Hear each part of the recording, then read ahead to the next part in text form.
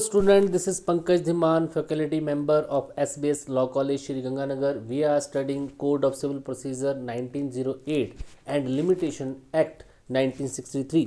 And limitation act 1963 के under जो हमारा नेक्स्ट क्वेश्चन है वो है what are those conditions and the circumstances under which an appeal और एप्लीकेशन में be admitted by the court even after the expiry of the period of limitation. तो ऐसे कौन सी कंडीशंस हैं, परिस्थितियां हैं, सर्कमस्टांसेस है जहां पे एक अपील जो है, एक एप्लीकेशन जो है लिमिटेशन पीरियड के एक्सपायर हो जाने के बाद भी फाइल की जा सकती है। आपने लिमिटेशन एक्ट पढ़ा।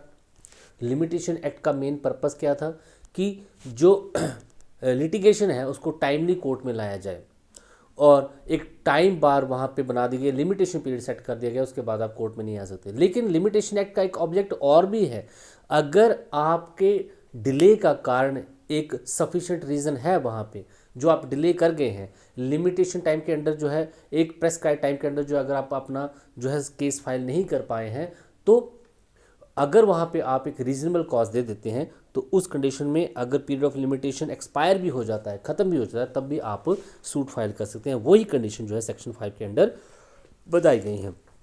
Section 5 of the Civil Procedure Code 1908 is a very important. It submit an exception to this rule that any petition or appeal must be instituted within the specified period. तो आपने यही पढ़ा, section 5 में आपने यही पढ़ा कि आपकी जो पटिशन है, जो आपकी अपील है, जो एप्लीकेशन है, वो इंस्टीट्यूट होना चाहिए स्पेसिफाइड पीरियड के under, otherwise it will be quashed. Section 5 says that on the sufficient cause being shown an appeal और एप्लीकेशन में बी एक्सेप्टेड। लेकिन सेक्शन 5 साथ में ये भी बोलता है कि अगर आप अपनी अपील या पटिशन जो जिसमें आप लेट हो गए हैं और लेट होने का जो कारण है, डिले का जो कारण है, वो आप वहाँ पे बता देते हैं, एक सफिशिएंट कॉज, उपयुक्त रीज़न आप बता देते हैं, तो फिर वहाँ पे आपका सूट या आपकी पटिशन या अपील आपकी एक्सेप्ट की जा सकती है। Any appeal or petition which is different from the order 21 under the provision of civil procedure code 1908 will be accepted after the specified period provided the applicant or the petition may be convince the court that there was a sufficient reason for not filing an appeal or petition within the specified period. कोई भी appeal या petition जो कि order 21 के under cover नहीं होती है civil procedure के, उसकी वो अपील या पटिशन एक्सेप्ट की जा सकती है अगर वो जो पटिशनर है या एप्लीकेंट है अपना उस पटिशन को या एप्लीकेशन को डिले होने का रीज़न वहाँ पे, सफिशिएंट रीज़न वहाँ पे बता देता है। तो उस कंडीशन में तो सेक्शन 5 आपको क्या बताता है? The provision of section 5 not apply on the suit. पहली बात, सेक्शन 5 जो है सूट पे अप्लाई नहीं होते। दूसरी बात, they apply on such appeal and petition which are different from the orders under the order 21 of the code.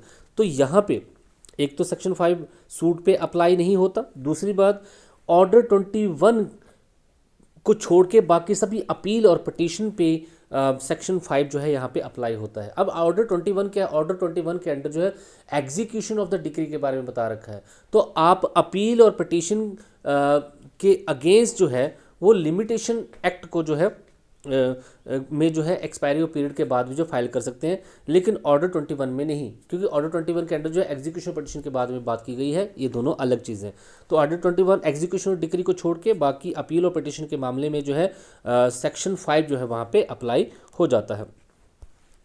तीसरा, there must be sufficient cause of delay. और आप साथ में ये भी बताएं कि आपका जो लेट होने का जो कारण है, डिले का जो कारण है, उसका एक सफिशिएंट कॉज भी आप वहाँ पे बताएं। तो section 5 condemns the delay with is a sufficient reason. तो सेक्शन 5 बेसिकली क्या करता है, आप अगर आपका जो डिले है इसको कंडेंस कर देता है, उसको जो है वहाँ पे समाप्त कर देता है अगर आप एक सफिशिएंट कॉज वहाँ पे दे देते हैं। But delay cause in instituting the suit can not be condemned under section 5। लेकिन अगर आप सूट फाइल करने में लेट हो रहे हैं तब सेक्शन 5 के अंडर कवर नहीं होता। एक बार फिर से आपको बता दें, अगर आप सूट फाइल कर रहे हैं तो लिमिटेशन एक्ट का जो सेक्शन 5 है वो अप्लाई नहीं होगा।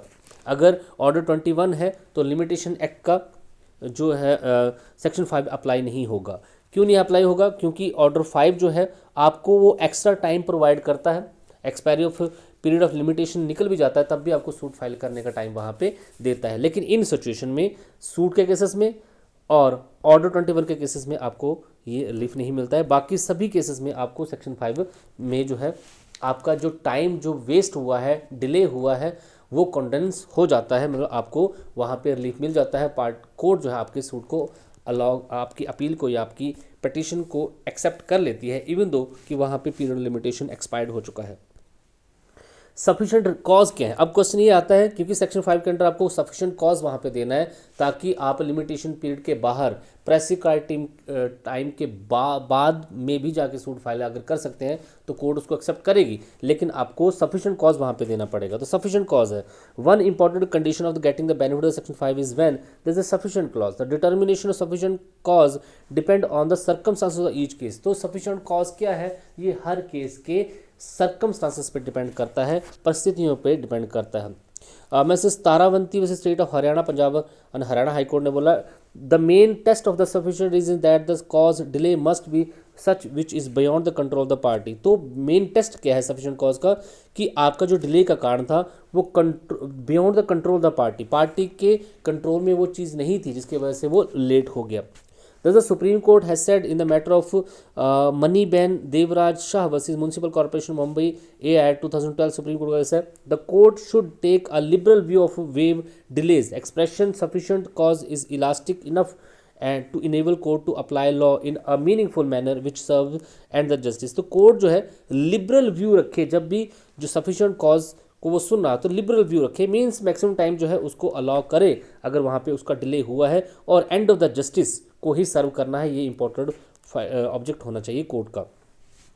इसके अलावा it is expected that the court will give sufficient opportunity to the party to prove the sufficient reason for the delay. Suresh Kumar versus firm Kurban Hussain AR 96 Madhya Pradesh high court ने बहुत इंपॉर्टेंट बात यहाँ पे बोली कि कोर्ट को एक सफिशिएंट अपॉर्चुनिटी देनी चाहिए पार्टी को, ताकि वो अपना सफिशिएंट रीजन जो है डिले का वो वहाँ पे प्रूव कर सके। Thus on the whole a gist is for the condonation of the delay there should be a good ground for the condonation। तो एक प्रॉपर ग्राउंड वहाँ पे होना चाहिए condonation ऑफ डिले के लिए। तो chief post master general living media India limited AR के अंडर भी application of condonation of delay can be accepted. तो यहाँ पे भी ये बताया गया कोर्ट जो है application of the condonation of delay को कंडोन्स करने के लिए कि एप्लीकेशन अगर लगाई गई तो वो कब एक्सेप्ट करेगी, मतलब आपका रीजनेबल कॉज कब एक्सेप्ट किया जाएगा? जब रीजनेबल एक्सप्लेनेशन ऑफ डिले आप कोर्ट में जो है अपना पक्ष रखते हैं, एक एक्सप्लेनेशन देते हैं, एक जायज़ एक्सप्लेनेशन देते हैं कि क्यों आप लेट हुए, और गुड फेथ में आपने एफर्ट किया था, आपने एफर्ट पूरा किया था उस सूट को टाइमली फाइल करने में। तो ये है in this be clarify an appeal was delayed by 3 days।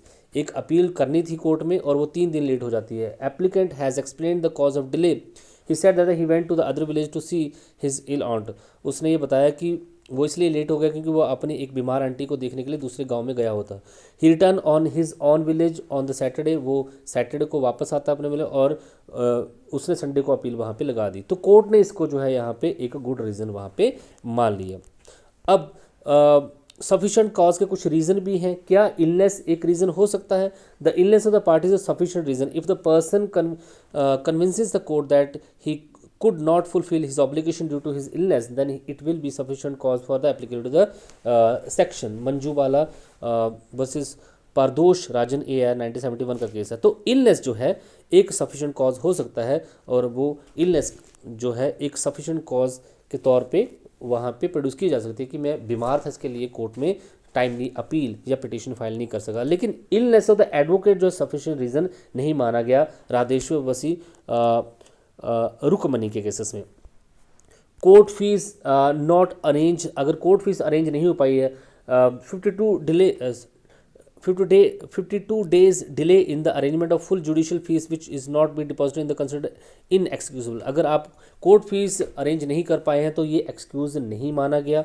Imprisonment if any person in the prison in any criminal cases and thus he is unable to take action in time considers sufficient cause of delay। महाराज नारायण बसी बाना जी के cases में बोला गया अगर आप jail में थे किसी क्रिमिनल केसेस में, उसकी वजह से आप किसी सिविल मुकदमे को अपील या फिर पटिशन वहाँ पे नहीं फाइल कर गए, तो एक रीजनेबल टाइम माना गया। Error different type of error हो जाते हैं तो वो सफिशिएंट रीज़न माना जाता है।